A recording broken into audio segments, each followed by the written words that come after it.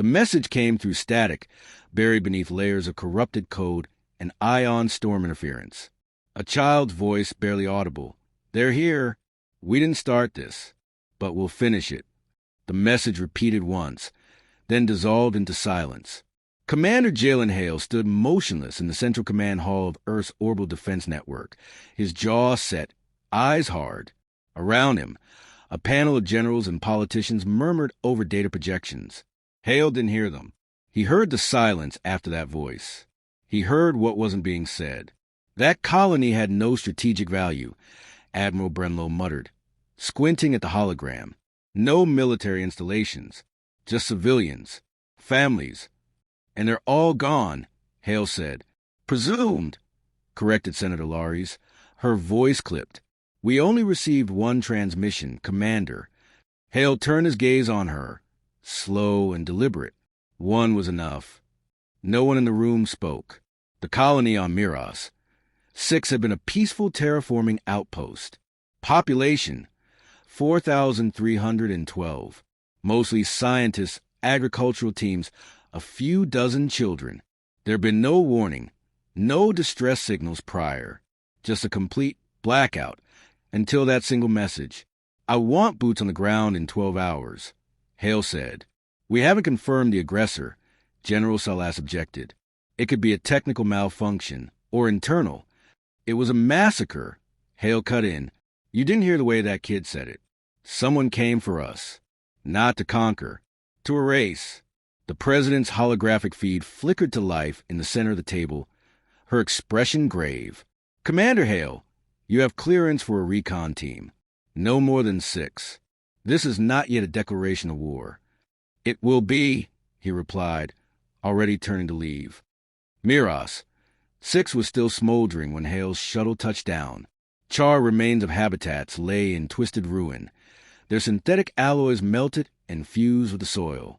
The air smelled of ozone, scorched plastic, and something worse, something animal. Sergeant Erin Cale moved ahead with a scanner, her brow furrowed. "Sir, I'm picking up traces of graviton energy. Not ours." Hale crouched beside what had once been a research pod. "Weapons grade." "Unclear," she said, "but not natural." Private Decker, the team's youngest, stumbled backward from a shattered doorway. "Sir, you need to see this." Inside, walls were covered in symbols burned deep into the metal, unlike any language in the galactic lexicon. Straps dangled from tables in the center of the room. Restraints. Blood, dried, dark, human, was splattered across them. Cale swallowed hard. This wasn't an attack. It was experimentation. Hale said nothing. His hand closed into a fist. The debrief at Earth Central was met with skepticism and veiled panic. Experts from the Galactic Council were brought in to review the findings. They called the evidence inconclusive. The Council's ambassador, a thin, gray-skinned being named Valther, offered no apologies. "Tragic as it may be," Valther said with infuriating calm, "there is no proof a known Council species perpetrated this incident. These things happen in the Outer Rim." "We found your tech in the ruins," Hale shot back. "A model sold on open markets. Perhaps misused. They were harvesting our people, tearing them apart like livestock." Valther tilted his head. "Perhaps your species shouldn't wander so far from its origin world. This galaxy is vast, Commander. Some corners remain unregulated." The Council laughed at Earth behind closed doors. Primitive, they whispered. Too emotional. Hale had heard the recordings. He met with the president that evening. Rain tapped softly on the window behind her, the city lights glowing like stars fallen to earth. "We can't afford another war," she said quietly. "You know that. They already started one." She looked at him long and hard, then turned to face the window. "Then you'll need to fight it in the shadows. No insignia. No public acknowledgement." Hale smiled, cold and thin. "You want deniability. I want vengeance without fallout." He nodded once. The recruits were ghosts, pulled from black files, forgotten prisons, war zones long buried. They trained in vacuum domes, zero-G kill houses, alien biospheres. No one wore flags. No one used names. Sergeant Kale became Revenant 2. Decker, Revenant 3. Hale was just Revenant 1. They studied alien tech until they could dismantle it in their sleep. Learned languages no human tongue had ever tried to pronounce. Became something inhuman to fight the inhuman. The mission was clear. Find was behind Miros 6. Eliminate them. Send a message. Not one for peace. One for fear. The Revenant's first jump was only days away. Hale stood on the observation deck of the stealth cruiser Sable Edge, watching the stars bleed past. Kale joined him, silent for a long moment. You ever wonder if we're becoming what they say we are? What's that? Savages. Monsters. Hale shook his head. We're becoming what we need to be, because they think we're weak, because they think we'll roll over.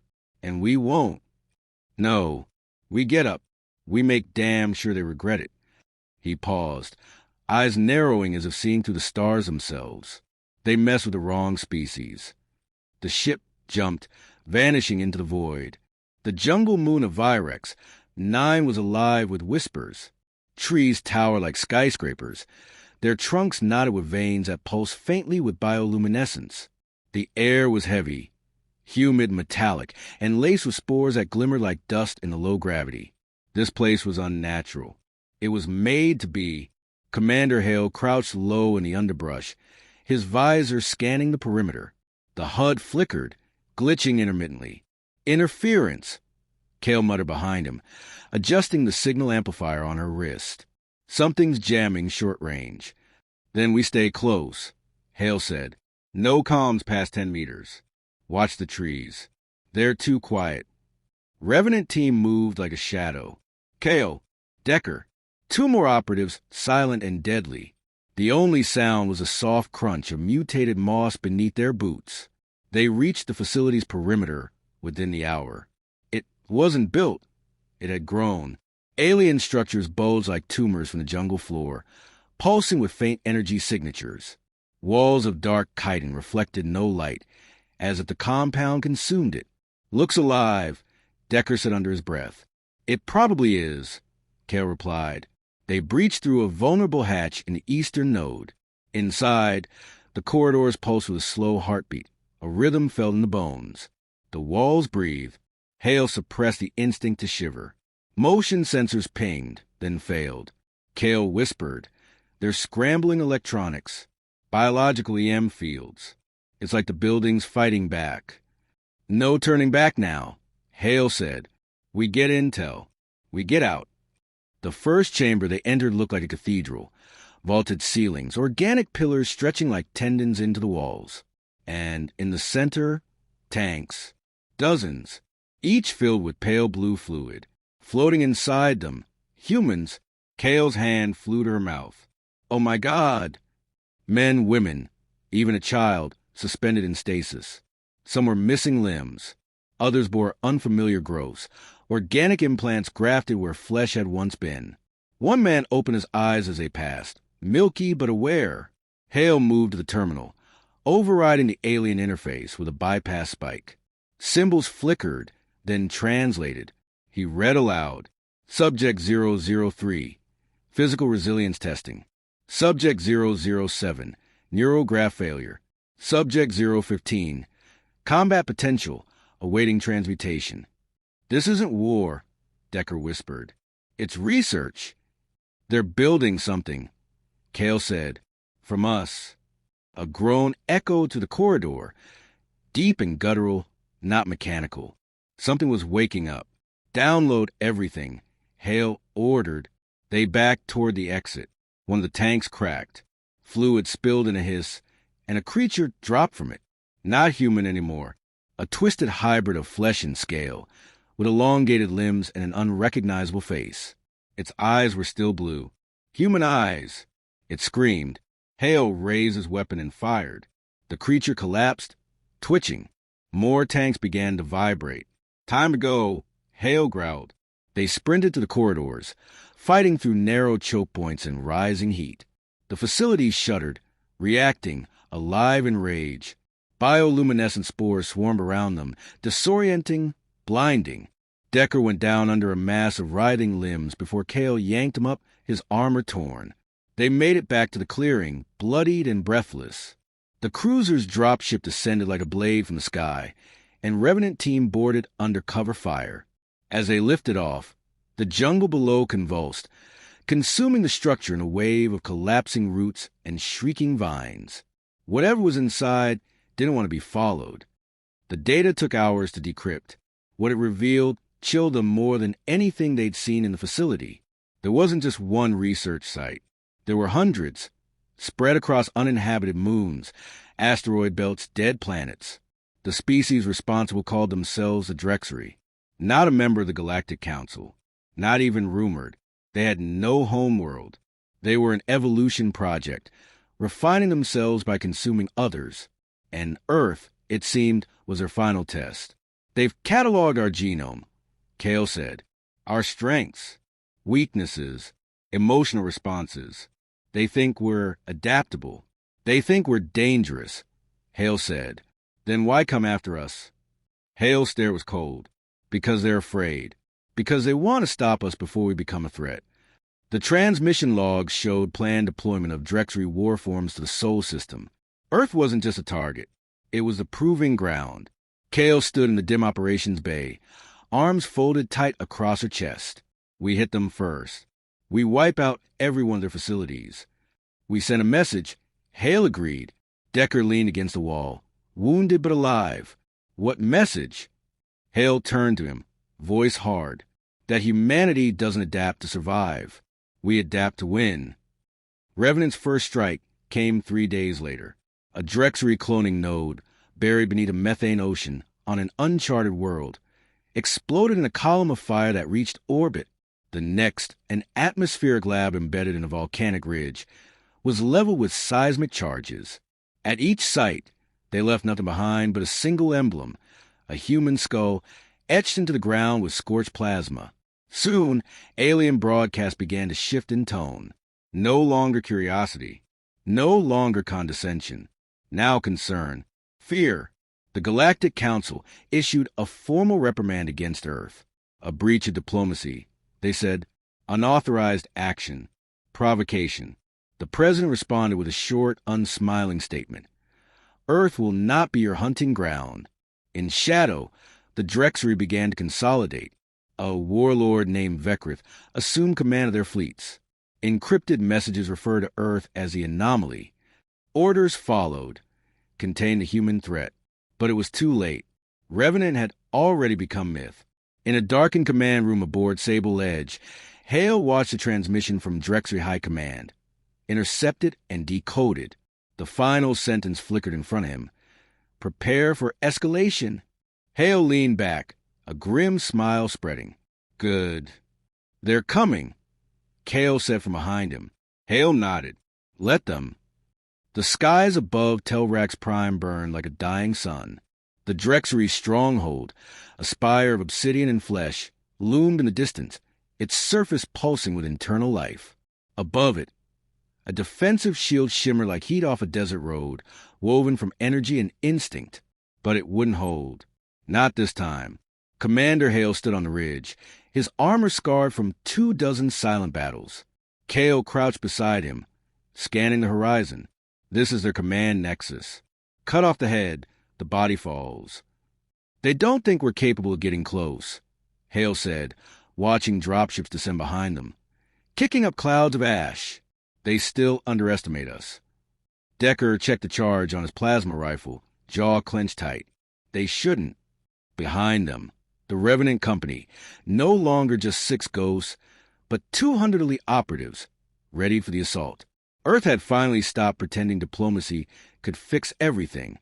It had chosen retaliation, and humanity had never looked more focused. The signal came. Hale's HUD flashed once. They moved. The ground attack surged forward like a wave of vengeance. Drones spun overhead, laying suppressive fire as infantry poured to the shattered jungle outskirts. The Drexery responded fast, organic turrets sprouting like thorns in the ground, spitting corrosive bursts that melted steel and flesh alike. Kale took point, weaving between the bramble fortifications, planting charges with clinical precision. Hale followed, directing strikes, adapting as the battlefield shifted. They didn't outgun the Drexery, but they outthought them. Every move calculated, every loss avenged immediately. Inside the walls, resistance stiffened. The Drexery war forms, towering beasts of spliced DNA and bioarmor, moved in packs. One charged Hale directly, limbs like razors. He ducked under the first swipe, rolled, then drove a shock spear into its side. It shrieked, staggered, and exploded in a burst of bioplasma. "They're evolving on the field," Cale called out, breath sharp. "They're adapting to our tactics mid-battle." Then we stopped giving them patterns to read. Hale answered. They split, flanking opposite sides of the spire. Decker led a flanking unit through an underground artery, while Cale and Hale pressed the main corridor, fighting inch by inch. At the heart of the spire, the walls changed. Not just alive, but reactive. Faces pushed through the surface, human faces. Memories and agony encoded into flesh. A low hum filled the space, a chorus of whispers. Failed subjects. Experiments that had not made it through. Cale touched the wall once. It recoiled. They tried to learn what made us human, but they never understood the soul. Hale said nothing. He opened the final blast door. Inside, the Drexery warlord waited. Vecris stood 12 feet tall, an amalgamation of intelligence and monstrous precision. Its skin was plated in a living armor, every motion silent and smooth. Around its throne, hybrid corpses lay discarded. Human bodies fused with alien limbs, failed prototypes. "You persist," Vecris said, its voice like metal grinding against stone. "Despite all logic, despite overwhelming odds." "Why?" Hale stepped forward. "Because we don't wait for survival. We fight for it. You're flawed, fragile, driven by grief. And that's why you'll lose," Hale said. "You're afraid of what we become when we suffer." Vecris leapt. The duel was instant, brutal. Hale barely parried the first blow, felt the shock rattle his bones. The warlord fought with elegance, alien precision, a weaponized intellect. Hale countered with unpredictability, improvisation, fury. They traded strikes in a blur. Sparks lit the dark chamber as blade met claw, armor split, and blood, red and black, spilled across the floor. Cale shot from the side, drawing the warlord's attention. Decker emerged from the rear, his detour having bypassed the last of the inner defenses. They fought as one, synchronized chaos. Human tactics, reckless, emotional, and devastating. Hale finally drove his blade into the warlord's core, twisting it. Vecris staggered, shuddering. "Evolution," it whispered. "Not yours." "No," Hale said, stepping back. "Ours." He dropped the charge. The core detonated, a pulse of pure light tearing through the chamber. Outside, the spire collapsed inward like a dying star. Revenant teams pulled back, covered in ash and victory. From orbit, Earth ships broadcast a single message across Drexery frequencies. "We are not your experiment. We are your reckoning." The message was repeated in every major galactic tongue. And then, silence.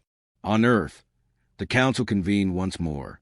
This time, there was no condescension, only fear. They extended a new offer to humanity. Re-entry into the Galactic Alliance. Equal seat. Full rights. And the unspoken truth. They wanted Earth closer, just in case it turned its wrath on someone else next. The President accepted, but on her terms. No more oversight. No more interference. She ended the call with one line. "We are done being prey." Hale returned to Earth months later. The sky was clear. No alarms. No warnings. Just wind across the plains where he once trained. Cale walked beside him. Bruises faded but memories sharp. "You think it's over?" she asked. He looked up, watching the stars roll slowly across the horizon. "No. But next time, they'll remember what happens when they cross us." And somewhere far beyond known space, another species received a message. They debated. They hesitated. They did not attack.